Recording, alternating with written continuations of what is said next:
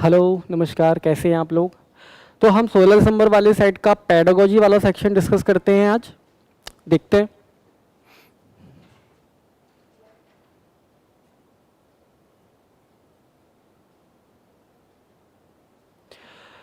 एक बच्चा वर्ग और आयत में अंतर नहीं कर पा रहा है, वह दोनों को एक ही श्रेणी में निर्धारित करता है। वैन हीले के ज्यामितीय तर्क के सिद्धांत के अनुसार छात्र किस चरण पर है। तो आप देखो, वैन हीले ने 5 चरण बताए थे। कौन कौन से थे वो? लेवल 0 है ना, 1 2 3 4।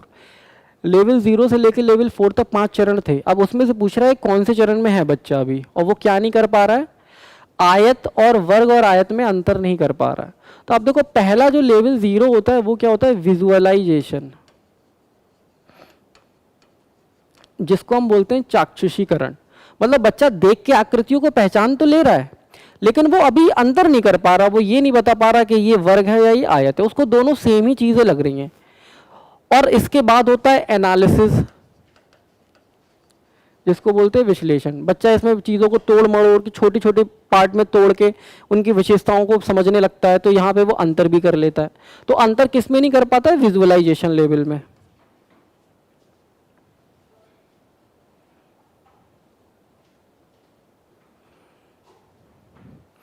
पढ़िए क्वेश्चन आप लोग।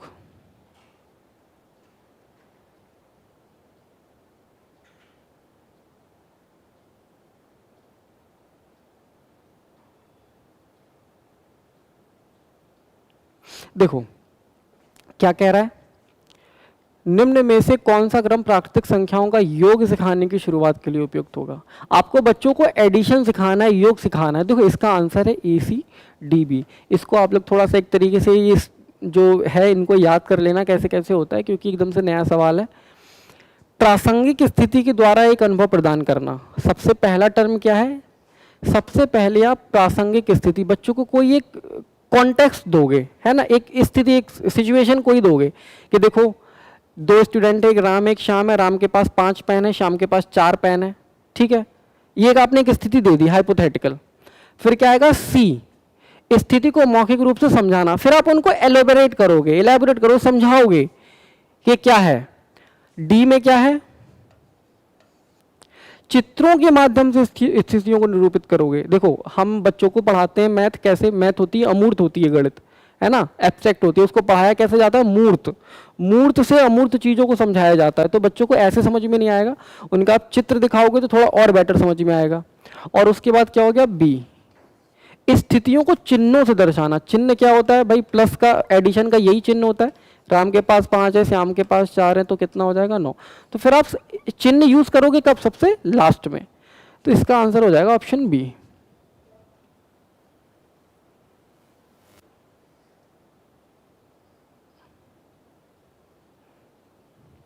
नेक्स्ट क्वेश्चन देखो, राष्ट्रीय पाठचर्या की रूपरेखा 2005 के अनुसार कौन सा आधार उत्कृष्ट गणितीय शिक्षा के दृष्टिकोण को प्रदर्शित करता है।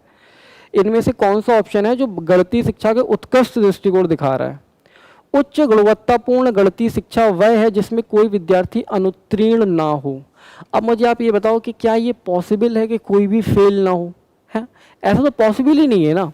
और आपने देखा है कि NCS में ये भी कहा गया है कि मिस्टेक्स को as a opportunity of learning देखना है टीचर को, कि अगर बच्चा मिस्टेक कर रहा है, गलती कर रहा है, तो गलती भी सीखने का ही एक जरिया है। तो ऐसा तो पॉसिबल ही नहीं है, तो ये तो होगा नहीं। गणित की शिक्षा विद्यार्थियों को विभिन्न करियर के विकल्प के रूप में मुहैया करवाएं। देखो आपने जॉर्ज पोल्या के शिक्षण के उद्देश्य पढ़े होंगे गणित के, तो उन्होंने 2 उद्देश्य बताए, एक हायर एम बताए, एक नैरो एम बताए। तो जो पैसा कमाना, जॉब करना, रोजगार, मैथ का ये उद्देश्य बहुत छोटा उद्देश्य है जिसको हम नैरो उद्देश्य बोलते हैं। तो ये हायर नहीं है। यहाँ पे क्या देखो वर्ड यूज हुआ है? उत्कृष्ट। हायर एम कौन सा है? तो ये भी नहीं है। थर्ड देखो, सभी विद्यार्थी गणित सीख सकें और सभी विद्यार्थियों को गणित सीखने की ज़रूरत है। यही तो एक हमारा जो दृष्टिकोण है, यही तो उच्च दृष्टिकोण है, उत्कृष्ट दृष्टिकोण, कि सभी सीख सकें और सभी को ज़रूरत भी है सीखने की। लास्ट देखो, ओलंपियाड और प्रतियोगी परीक्षाओं में सफलता उत्कृष्ट गणितीय शिक्षा का सूचक है। अब देखो जैसे मैथ ओलंपियाड होते हैं, मैथ के कॉम्पिटिशन्स भी होते हैं, तो क्या बच्चा अगर वो जीत लेगा तो ही बहुत अच्छी मैथ सीख गया वो? तो ऐसा तो नहीं है ना। सिर्फ ओलंपियाड जीतना का मतलब ही नहीं है कि वो मैथ बहुत अच्छी आ रही है। तो ये भी ऑप्शन क्या है आपका? गलत है, ऑप्शन सी सही हो जाएगा। देखो मैं आपको एक चीज़ बता दूं, पेडागोजी कोई भी सब्जेक्ट की हो उसमें आपको सही ऑप्शन नहीं ढूंढना होता है, उसमें आपको बेस्ट ऑप्शन ढूंढना होता है। हो सकता है कि चारों ऑप्शन सही हो, लेकिन चारों में बेस्ट कौन सा है। और कभी कभी हमें आंसर नहीं मिलता तो हमें क्या करना है, हमें आंसर नहीं ढूंढना है, हमें ये करना है कि इसमें से कौन सा गलत है, मतलब कौन सा नहीं होगा। ठीक है, तो आप पहले नहीं वाले ढूंढ लो, आंसर आपको अपने आप ही मिल जाएगा। एक शिक्षिका ने अपने छात्रों को गणित की पत्रिका जर्नल बनाने के लिए कहा और उसमें उन्हें उनके द्वारा दैनिक जीवन में प्रयुक्त की गई गणित की स्थितियों को लिखने के लिए कहा। उन्होंने कहा कि गणित का दैनिक जीवन में जो यूज है गणित का उसको लिखो। तो इसका क्या उद्देश्य था? आने वाले निरीक्षण के लिए कक्षा को तैयार करना, है ना। निरीक्षण होता है ना स्कूलों का, तो उसमें निरीक्षण करने आते हैं तो अपने बच्चों को पहले से ही तैयार करना। इसको अभी छोड़ देते हैं, हमें समझ में नहीं आ रहा। परिकलनीय कौशल को बेहतर बनाने में छात्रों की सहायता करना, कंप्यूटेशन स्किल्स। डायरी से कंप्यूटेशन स्किल मुझे तो नहीं लग रहा है कि कुछ बेटर होगी। नेक्स्ट देखो, छात्रों की सहायता करना कि वे कक्षा के गणित का बाहरी दुनिया में प्रयुक्त होने वाले गणित से संबंध स्थापित कर सकें। आपने एनसीएफ के ऑब्जेक्टिव्स पढ़े होंगे। एनसीएफ के ऑब्जेक्टिव्स में आप देखो, ये बहुत मोस्ट इंपॉर्टेंट ऑब्जेक्टिव है कि जो मैथ्स क्या कोई भी सब्जेक्ट हो, वैसे मैथ में भी यही है कि जो शिक्षा, जो ज्ञान उनको क्लासरूम में मिले वो कैसा हो, वो उनकी बाहरी दुनिया से रिलेटेड हो। तो ये वाला ऑप्शन आपका क्या हो जाएगा, सही हो जाएगा। नेक्स्ट भी देख लो, छात्रों की अपनी दैनिक जीवन की समझ को जांचना, है ना। तो ऐसा नहीं है कि दैनिक जीवन की समझ, दैनिक जीवन में मैथ का यूज, है ना, ये मेन टारगेट है।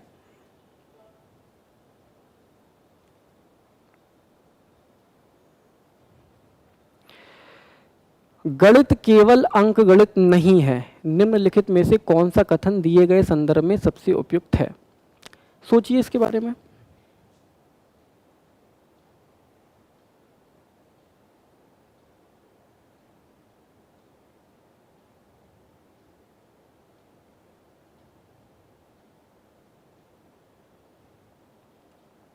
देखिए, प्राथमिक स्तर पर केवल ज्यामितीय आकृतियों के पैटर्न को पढ़ाया जाना चाहिए। आपको पता है, आपको अभी तक ये सबको पता चल गया है कि केवल एक ऐसा वर्ड है, नेगेटिव वर्ड, है ना। कभी भी इसका यूज है तो वो ऑप्शन कभी भी सही नहीं होता। और आप वैसे भी देखो कि क्या केवल ज्यामिति से ही आकृतियां या पैटर्न सीखेंगे, और किसी से नहीं सीख सकते। मेंसुरेशन से भी तो सीखते हैं आकृतियां, तो ये गलत हो गया। बीज गणित में अंक गणित अंतर्निहित नहीं है, तो बीज गणित में अंक गणित अंतर्निहित है ना। बीज गणित में भी अंक गणित का यूज होता है, तो ये भी गलत हो गया। थर्ड देखो, अब गणित की पाठ्य पुस्तक में ज्यामिति को एक अलग खंड के रूप में प्रस्तावित किया जाना चाहिए। मतलब ज्यामिति की एक अलग बुक हो या एक अलग सेपरेट उसका पार्ट हो, तो उससे क्या कुछ हो जाएगा? ज्यामिति को अगर अलग कर देंगे तो, है ऐसा तो उससे कुछ होने वाला नहीं है। गणितीय पाठचर्या में गणित के क्षेत्र जैसे आकार, दिक् स्थान संबंधी समझ, मापन, आंकड़ों के प्रबंधन को आवश्यक रूप से स्थान दिया जाए। तो देखो, सिर्फ अंक गणित नहीं है, गणित से ये सारी चीजें भी सीखता है बच्चा। क्या सीखता है? गणित से आकार, शेप पहचानना सीखता है। दिक् स्थान, देखो दिक् स्थान क्या होता है? स्पेस रिलेटेड, है ना। स्पेटियल आप देखोगे, है ना। स्पेस मतलब जैसे ये सिलेंडर है, तो ये सिलेंडर कितनी जगह घेर रहा है, क्या शेप है इसका, तो ये चीज़ें भी आप मैथ से सीखते हो, है ना। मापन सीखते हो आप, डेटा रिप्रेजेंटेशन, डेटा मैनेजमेंट सीखते हो, चार्ट के आधार पर, टेबल के आधार पर, है ना, बार ग्राफ के आधार पर सिखाना। तो आपका ऑप्शन डी सही हो जाएगा। तो मैथ सिर्फ एक अर्थमेटिक नहीं है, मैथ में बहुत सारी चीज़ें आती हैं।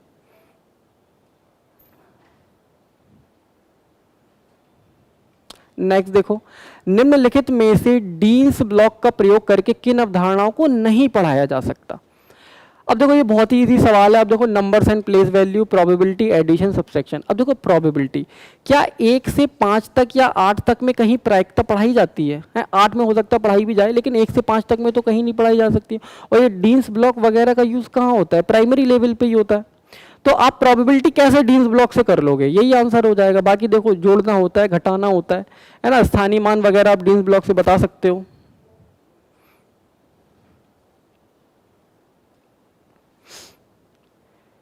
एक छात्र को जब 6065 को संख्या के रूप में लिखने के लिए कहा गया तो उसने इसको 665 लिखा। इस प्रकार की त्रुटि हुई, क्यों हुई? देखो, लिखना तो उसको 6065, लिख दिया उसने 665, तो ये त्रुटि क्यों हुई? देखो, छात्र को संख्याओं की समझ नहीं है, अगर छात्र को संख्याओं की समझ नहीं होती तो वो इतना भी नहीं लिख पाता। फिर छात्र को गणन सूचक और क्रम सूचक संख्याओं का बोध नहीं है ना, कार्डिनल और ऑर्डिनल नंबर्स का उसको नहीं पता। तो इसमें कहीं गिनती तो हो नहीं रही है, ना कहीं ऑर्डर बताया जा रहा है। यह एक संक्रियात्मक त्रुटि है। यहाँ पे कौन सी संक्रिया की गई, ना जोड़ घटा ना कुछ किया नहीं गया। डी देखो, छात्र ने स्थानीय मान की अवधारणा को नहीं समझा। देखो स्थानीय मान का यहाँ पे यूज हुआ है 6000, तो इकाई, दहाई, सैकड़ा, हजार। हजार का मतलब फोर्थ स्थान पे आएगा, लेकिन उसको ये पता नहीं था, इसलिए उसने यहाँ पे 0 नहीं लगाया।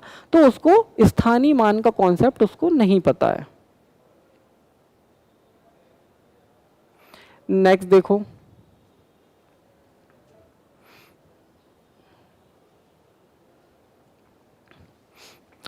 योग के एक प्रश्न 234 पर 42 को हल करते हुए एक विद्यार्थी ने जोर से कहा, यदि यह 40 होता तो उत्तर 244, 254, 264, 274 होगा, परंतु यह 42 है, इसलिए यह 274 प्लस 2 इक्वल टू 276 होगा। इसलिए 234 प्लस 42 कितना होगा, 276। विद्यार्थी द्वारा प्रयुक्त युक्ति के लिए निम्नलिखित कथनों में से कौन सा कथन सही है। देखो बच्चे ने कौन सा मेथड यूज किया, जैसे अगर आपको 234 प्लस 42 अगर करते हैं तो बेसिकली हम लोग ऐसे करते हैं, है ना, और ऐसे ही सिखाते भी हैं स्टूडेंट्स को कि आपको ऐसे ऐड करना है। लेकिन बच्चे ने क्या किया, देखो बच्चे ने क्या दिमाग लगाया, उसने कहा कि ये 42 नहीं है, पहले उसने कहा कि ये 40 है। 40 को उसने 10-10 के 4 पार्ट में डिवाइड कर लिया और उसने फिर 10-10 ऐड करता गया। 34 में 10 जोड़ा 44, 54, 64, 74। फिर उसने कहा लेकिन ये 42 है, तो 2 और जोड़ दिया, कितना हो गया, 76।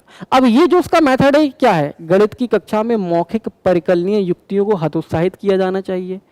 जो ओरल बच्चे ने ओरल ऐड किया ना, तो कह रहे हैं कि मौखिक जो परिकलन किया है इसको हतोत्साहित किया जाना चाहिए। तो क्या ये होना चाहिए, देखो हतोत्साहित भी क्या है, एक नेगेटिव वर्ड है, तो टीचर कभी भी बच्चे को हतोत्साहित नहीं करता है ना, वो उसको इनकरेज करता है, वो गलती भी करता है ना तो इनकरेज करता है उसको, तो ये तो नहीं होगा।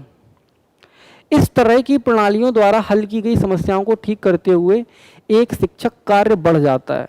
कह रहे हैं कि अगर ये प्रणाली बच्चा यूज करता है इनको ठीक करने के लिए, टीचर का काम बढ़, देखो टीचर का कभी काम नहीं बढ़ता है ना, शिक्षक है ही बालक के लिए, तो वो उसका काम नहीं बढ़ेगा कभी भी। इस तरह की कलन विधि विद्यार्थी के अवधारणात्मक ज्ञान की सूचक नहीं है। सूचक नहीं है, सूचक है, सूचक है। उसको कॉन्सेप्ट समझ में आया एडिशन का, तभी वो ये कर पाया।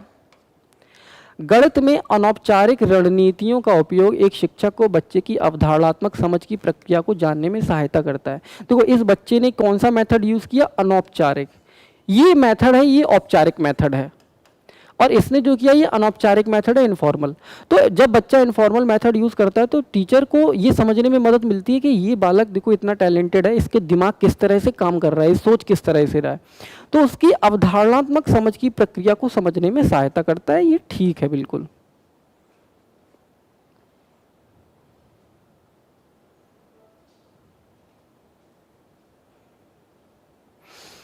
नेक्स्ट देखिए,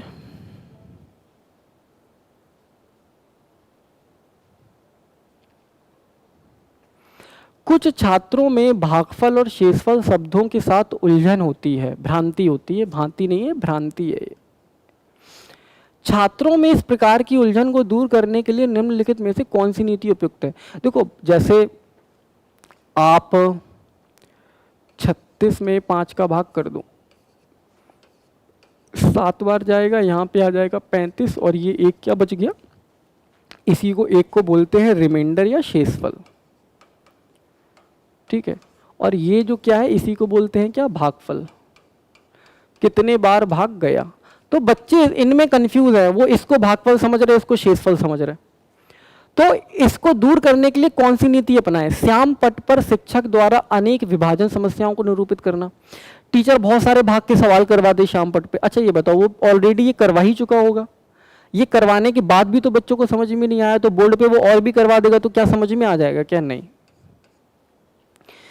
छात्रों को कार्यशीट कार्यपत्रिका दी जाए और उन्हें उसका अभ्यास करने के लिए कहा जाए। एक भाग के सवालों की एक शीट दे दो और उनसे कहो कि आप प्रैक्टिस करो। तो ये भी सिमिलर ही चीज़ है, जब समझ में आए ही नहीं तो कहाँ से आ जाएगा।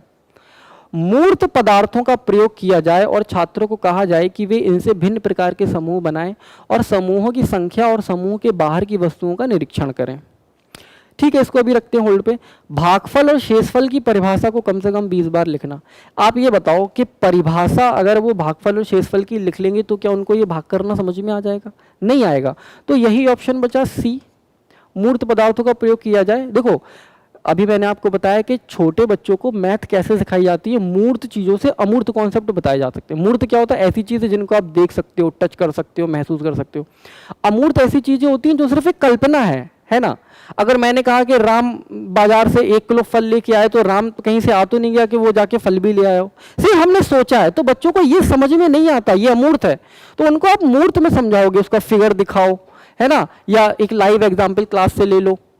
तो अब कैसे मूर्त संख्याओं से कैसे सिखाओगे आप? देखो सपोज करो मैं कोई छोटा नंबर ले लूँ यहाँ पे, जैसे सपोज करो कि मैं यहाँ पे 18 ले लूँ। मैंने कहा 18 में 7 का भाग करो, 2 बार जाएगा, कितना आ गया? 14। कितना बच गया? 4। तो बच्चे से कहा बेटा आप क्या करो, 18 पत्थर ले आओ, छोटे छोटे 18 पत्थर लाए बच्चे। तो उनसे कहा कि इनको 7-7 के ग्रुप्स में आप डिवाइड कर लो। तो बच्चों ने ऐसे 7-7 के ग्रुप में रख लिया, 1 2 3 4 5 6 7, 1 2 3 4 5 6 7, 1 2 3 4। अब देखो 1 और 2 ही ग्रुप बनेंगे, बाकी तो 7 का ग्रुप नहीं बनेगा, 4 बच जाएगा। तो ये जो 2 ग्रुप बने, यही 2 क्या है? भागफल। और ये जो 4 बच गए, यही 4 क्या है? शेषफल। तो मूर्त चीजों से उसने अमूर्त कॉन्सेप्ट को कैसे सिखाया, ये आप देख सकते हो। तो ऑप्शन सी क्या हो जाएगा? आंसर हो जाएगा।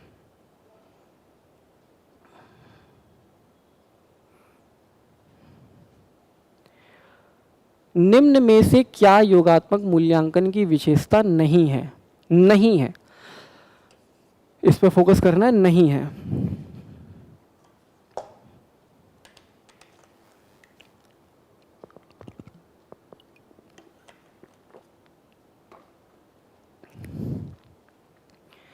देखो योगात्मक 2 तरह के आपके मूल्यांकन होते हैं। एक होता है रचनात्मक मूल्यांकन, जिसको हम बोलते हैं फॉर्मेटिव असेसमेंट, ठीक है। और ये होता है योगात्मक मूल्यांकन, जिसको हम बोलते हैं समेटिव, ठीक है। ये 2 तरह के मूल्यांकन होते हैं। अब देखो आपका जो रचनात्मक या फॉर्मेटिव होता है, ये पूरी लर्निंग की प्रोसेस में चलता है, ड्यूरिंग लर्निंग। मतलब जब तक आप पढ़ रहे हो तब तक चलेगा। और ये समेटिव क्या होता है? जब आप पढ़ लेते हो, आपका सत्र जो आपका सेशन खत्म हो जाता है, उसके लास्ट में जो आपका मूल्यांकन होता है उसको बोलते हैं समेटिव। तो अब देखो कौन सा नहीं है, यह सत्र के अंत में होने वाली परीक्षा है। अभी मैंने आपको बताया, तो ये ठीक है, सत्र के अंत में ही होता है, हमसे नहीं पूछा है, तो ये तो आंसर नहीं होगा। इसका उपयोग श्रेणीकरण, कक्षा उन्नति में और स्थापन में होता है। देखो अगर आप मान लो सपोज करो आप 8th क्लास में हो, 8th क्लास के लास्ट में पेपर होंगे, आप फेल हो गए तो आप 9th में नहीं जा पाओगे ना, आपका कक्षोन्नति नहीं हो पाएगी। तो हाँ, इसके लिए भी होता है, तो ये भी आंसर नहीं होगा। यह छात्रों के सामर्थ्य और कमजोरियों का निदान करने पर केंद्रित है। नहीं, देखो सामर्थ्य और कमजोरियों के निदान के लिए कौन सा होता है? फॉर्मेटिव होता है ना। अब जब आप साल में पढ़ रहे हो, है ना, तो रोज टीचर आप पे ध्यान दे रहा है, आपके जो आपको डायग्नोज कर रहा है, आपकी डायग्नोस्टिक और रेमेडियल टीचिंग होती है ना, देख रहा है कि क्या क्या कमियां इंप्रूव हो जाएं, समेटिव एवेल्युएशन आते आते तक हो जाए। लेकिन समेटिव में तो अब बिल्कुल आखिरी लड़ाई हो गई ना, अब यहाँ पे क्या हो जाएगा इंप्रूवमेंट? कोई इंप्रूवमेंट नहीं हो सकता। तो ये फॉर्मेटिव का पार्ट है, तो यही आपका क्या हो जाएगा? यही आपका आंसर हो जाएगा। यह उत्पादन अनुकूलन है, ना कि प्रक्रिया अनुकूलन।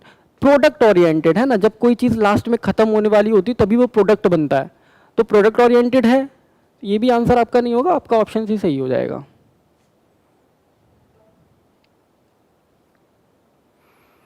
नेक्स्ट देखो, निम्नलिखित में से कौन सा गणित पढ़ाने का सर्वाधिक वांछनीय गुण है? गणित का सर्वाधिक वांछनीय गुण, कक्षा में कलन विधि को प्रदर्शित करें और छात्रों को इसे स्मरण करने के लिए कहें। देखो स्मरण एक वर्ड आ गया, ये नेगेटिव वर्ड है, और मैथ में तो बिल्कुल ही नेगेटिव है ना। वैसे तो हर सब्जेक्ट के लिए नेगेटिव है, हमें किसी को कुछ याद नहीं कराना, रटाना नहीं है। एनसीएफ में कहा गया है कि रटाने पर जोर नहीं देना, समझाने पर जोर देना है। तो स्मरण नहीं कराना है। अर्थपूर्ण और चुनौतीपूर्ण प्रश्नों का निर्माण करना और उनको छात्रों के सामने रखना। सपोज करो आपको ये समझ में नहीं आ रहा, इसको छोड़ दो। नेक्स्ट देखो, छात्रों को निर्देश दें कि भी प्रश्न का हल पाठ्य पुस्तक में हल किए गए प्रतिमान प्रश्न जैसे करें। मतलब किताबों में एग्जाम्पल दिए होते हैं एक्सरसाइज शुरू से पहले, तो वो कह रहा है कि उन एग्जाम्पल को आप देख लो और उसी की तरह पे आप एक्सरसाइज सॉल्व कर लो, तो कहीं ना कहीं रटाने की बात हो रही है ना, कॉपी करवा रहे हो आप, तो ये भी नहीं होगा। नेक्स्ट देखो, छात्रों से कहें कि वे प्रश्नों को श्यामपट्ट पर हल करें। श्यामपट्ट पर हल करने से क्या हो जाएगा, आप मुझे बताओ। श्यामपट्ट पर हल करने से ज़्यादा समझ में आएगा क्या? ऐसा तो है नहीं। तो अब यही बचा आपका। तो मैंने देखो अभी आपको बताया कि अगर आपको सही आंसर नहीं आ रहा है तो आप सही के चक्कर में मत रहो, अब बस ये देखो कि कौन सा आंसर नहीं होगा। अब ये देखो, अब अर्थपूर्ण और चुनौतीपूर्ण प्रश्नों का निर्माण करना और उनको छात्रों के सामने रखना। देखो एनसीएफ का आप देख लो, या आप जॉर्ज पॉलिया का हायर एम देख लो। हायर एम क्या है, या मैथ का नेचर भी देख लो आप क्या है। हमें बच्चे के दिमाग का गणितीकरण करना है, मैथमेटाइजेशन करना है, हमें बच्चे को इस काबिल बनाना है कि वो समस्याओं का समाधान करने लगे, उसकी थिंकिंग लॉजिकल हो जाए। तो जब आप उसको अर्थपूर्ण चुनौतीपूर्ण प्रश्न दोगे, है ना, तो तभी तो वो समस्या का समाधान करने लायक बनेगा, तभी तो उसके दिमाग का मैथमेटाइजेशन होगा। तो इसलिए ये ऑप्शन क्या हो जाएगा, सही हो जाएगा।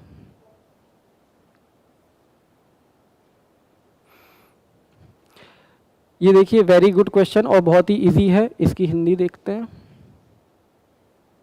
ये हिंदी, भ्रांति प्रदर्शन अनुमान और तुलना, है ना, अनुमान लगाना। सपोज करो आपको कुछ समझ में आ रहा तो आप कोई भी एक तो समझ में आ ही रहा होगा।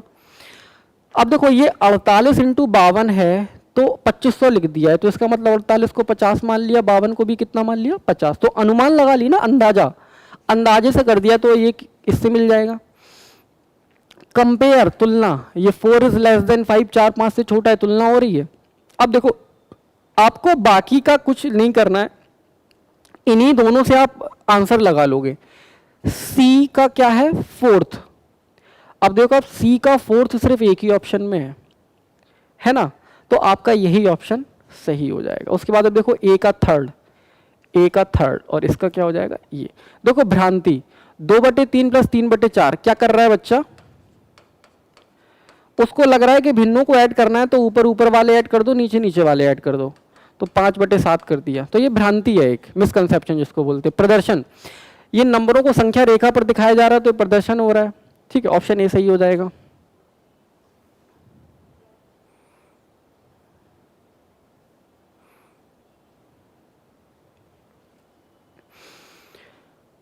गुणन की अवधारणा का परिचय देते हुए सुश्री नीतू कक्षा कुछ भी लिखा हुआ है कि अध्यापिका ने शाब्दिक समस्या से प्रारंभ किया, जैसे कि एक परिवार के 4 सदस्य हैं और यदि प्रत्येक सदस्य को दोपहर के खाने में 3 रोटी की आवश्यकता है तो कुल कितनी रोटियों की आवश्यकता होगी।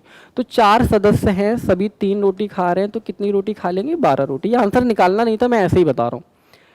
अवधारणा के परिचय के लिए इस प्रकार की शाब्दिक समस्याओं का क्या उद्देश्य है, मतलब इसी प्रकार की शाब्दिक समस्या क्यों दी, कुछ और दे देते, है ना। तो क्या उद्देश्य है, बच्चों के संचारण कौशल में वृद्धि, कम्युनिकेशन स्किल्स बेटर हो। अब देखो मैथ में कम्युनिकेशन स्किल का मुझे नहीं लग रहा उतना, भाषा का अगर होता, हिंदी या इंग्लिश का होता तो आप कह भी सकते थे, लेकिन ठीक है अभी हमें कुछ नहीं पता, हम नहीं कह सकते सही है या गलत है। नेक्स्ट देखो, वास्तविक जीवन की परिस्थितियों का गणितीय समस्याओं से संयोजन करने के सामर्थ्य को विकसित करना, इसको भी छोड़ दो। गणित और भाषा की कक्षाओं का समाकलन करना। अब देखो गणित और भाषा कहाँ से साथ में समाकलन कैसे हो जाएगा, आप ये बताओ, ये तो गलत ही है ना ऑप्शन, हमें अभी गलत ही ढूंढने। सिर्फ छात्रों में केवल गणितीय भाषा को विकसित, और कोई भाषा नहीं, केवल गणितीय भाषा, तो ओनली आ गया, ये भी क्या है, गलत है। अब आप यहाँ पे देखो, जैसे मैंने बताया संचारण कौशल का विकास का गणित से बहुत ज़्यादा लेना देना नहीं है ना, हमें बेस्ट ऑप्शन चूज करना है, तो बेस्ट ऑप्शन क्या हो जाएगा, एनसीएफ ने क्या कहा है, चीज़ों को वास्तविक जीवन से जोड़ो, ज्ञान को वास्तविक जीवन की परिस्थितियों का गणितीय समस्याओं से संयोजन करने के सामर्थ्य को विकसित करना। इसलिए उसने ये दी कि देखो एक परिवार है कि बेटा आपके घर में 4 सदस्य हैं, सभी 3-3 रोटी खाते, तो टोटल कितनी, तो बच्चे को वो चीज मूर्त दिख रही है, अमूर्त कॉन्सेप्ट, मूर्त से अमूर्त पे जा रहा है वो, है ना। तो ये ऑप्शन आपका क्या हो जाएगा, सही हो जाएगा।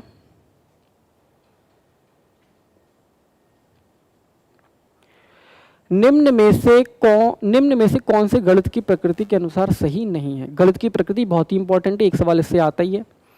गणित की अपनी भाषा होती है, बिल्कुल सही बात है, गणित की अपनी भाषा होती है। किसी भी गणितीय समस्या का केवल, देखो फिर केवल आ गया, और आप खुद ही बताओ, कह रहे हैं किसी भी गणितीय समस्या का केवल एक ही हल होता है। क्या मैथ के सवाल का एक हल होता है? टीचर भी आपको कितनी बार बताता है कि मैथ के एक सवाल के बहुत सारे तरह से लगाया जा सकता है, बहुत सारे हल हो सकते हैं। गणितीय अवधारणाएं अमूर्त होती हैं। देखो ये बात भी ठीक है, गणितीय अवधारणाएं होती अमूर्त हैं, लेकिन उनको पढ़ा किससे जाता है? मूर्त से, मूर्त चीजों से समझा जाता है उनको। तो आपका ए और सी।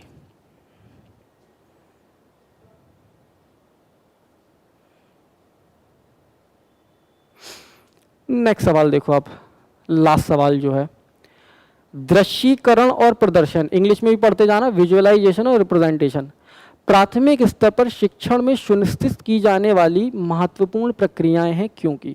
क्यों है ये महत्वपूर्ण? ऑप्शन ए, उच्च गणित में बीजगणित और ज्यामिति को पढ़ाने के लिए वे निहितार्थ हैं। चलो नहीं समझ में आ रहा।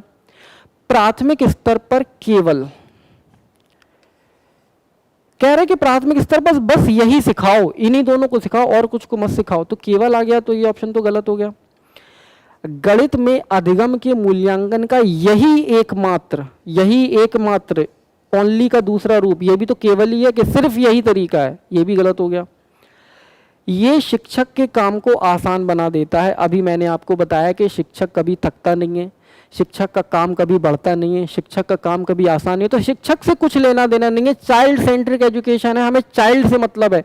शिक्षक थक रहा नहीं थक रहा, काम आसान हो रहा, ऑप्शन हमेशा कैंसिल कर दो। अब देखो आपका ऑप्शन ए ही बचा जो सही हो जाएगा, पढ़ लो इसको। उच्च गणित में बीज गणित और ज्यामिति को पढ़ाने के लिए ये निहितार्थ है। देखो जब आप हायर मैथ में, एडवांस मैथ में आप ज्यामिति पढ़ोगे, तो ज्यामिति में आप ऐसे बताओगे ना बच्चे को कि एक त्रिभुज है ना, एक सर्किल है ना, या आप मेंसुरेशन पढ़ रहे हो तो आप सिलेंडर बना रहे हो, या आप इस तरह से क्यूब बना रहे हो, तो बच्चे को विजुअलाइज करना पड़ेगा ना, दिमाग में इमेजिन करना पड़ेगा ना, या उसको कहीं ना कहीं प्रदर्शन भी करना पड़ेगा ना, ऐसे फिगर बना के सॉल्व करना पड़ेगा। तो आपका ऑप्शन ए क्या हो जाएगा? सही हो जाएगा। ठीक है, तो ये हमने 16, इसके पहले भी अभी वीडियो आएगा तो उसमें आप इसका जो बचा हुआ पार्ट है न्यूमेरिकल वाला, वो भी मैंने करवा दिया है। आई होप कि आपको समझ में आएगा। आपके कोई भी डाउट्स हो तो प्लीज़ कमेंट में ज़रूर बताएं, और कुछ भी अगर आपको नया पढ़ना चाहते हो तो प्लीज़ हमें कमेंट में बताएं। Thank you.